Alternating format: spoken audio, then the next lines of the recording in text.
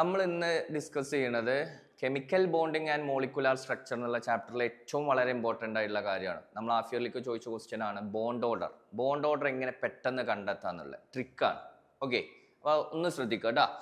അപ്പോൾ bond order കാണാൻ നമുക്ക് ആദ്യം നമ്പർ ഓഫ് ഇലക്ട്രോൺസ് അറിയണം. Number of electrons. ഓക്കെ, പിന്നെ ബോണ്ട് ഓർഡർ കേട്ടോ. ബോണ്ട് ഓർഡർ എന്താണ് വരിക? BO bond order.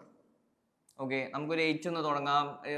8, 7, 6 ഒക്കെ വളരെ സിമ്പിൾ ആണ്, പെട്ടെന്ന് കാണാം. 8, 9, 10, 11, 12, 13, 14, 15, 16, 17, 18, 19, 20. ബോണ്ട് ഓർഡർ 14 ഇലക്ട്രോൺസ് ആണ് ഈ ബോണ്ട് ഓർഡർ വരിക 3. നൈട്രജന്റെ കേസിൽ N2 14 ഇലക്ട്രോൺസ് നമ്മൾ ഹാഫ് ഇയർലിക്ക് ചോദിച്ച ക്വസ്റ്റ്യൻ ആണ്, ഈസിയാണ്. 3 ആണ് വരിക. ഇനി മേലൊക്കെ അങ്ങനെ പോകുന്നതിനനുസരിച്ച് 0.5 നമ്മൾ കുറക്കുക.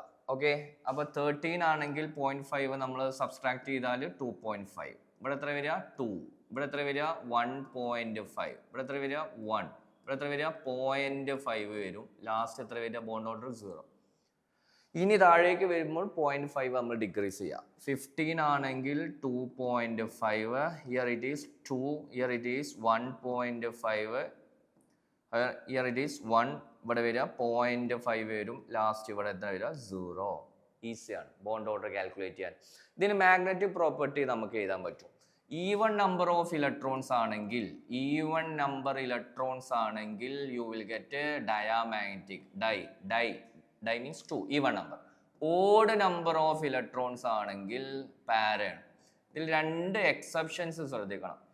ഈവൺ നമ്പറിൽ നമുക്ക് 16 വരും ആൻഡ് ഓൾസോ 10 വരും അല്ലെ. ഇത് രണ്ടും ഈവൺ നമ്പർ ആണ്, പക്ഷെ these both are paramagnetic. Exception.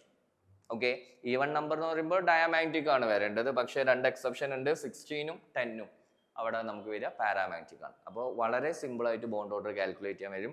1 mark ചോദിക്കുകയാണെങ്കിൽ പെട്ടെന്ന് കണ്ടെത്താൻ ഈച്ചിനൊക്കെ ഏറ്റവും ഇമ്പോർട്ടൻ്റ് ആണ്. ഓക്കെ.